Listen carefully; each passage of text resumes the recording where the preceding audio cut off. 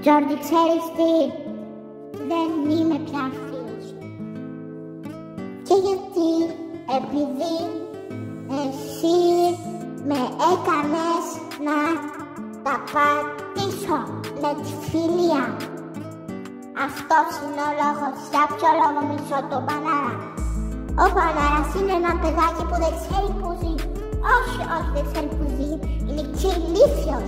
Λέει ψέματα, λέει ότι με ψεύτης. Λέει είσαι εσύ μόνος σου που είπε σε μένα πούστη. Άι γάμισε τώρα ρε μαλάκα.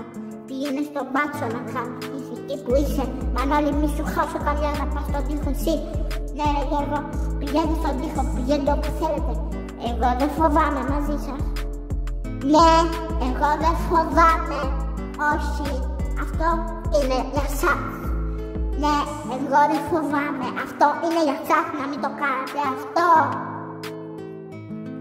Ποιος σου είπε ότι θα είναι εδώ? Όχι, όχι.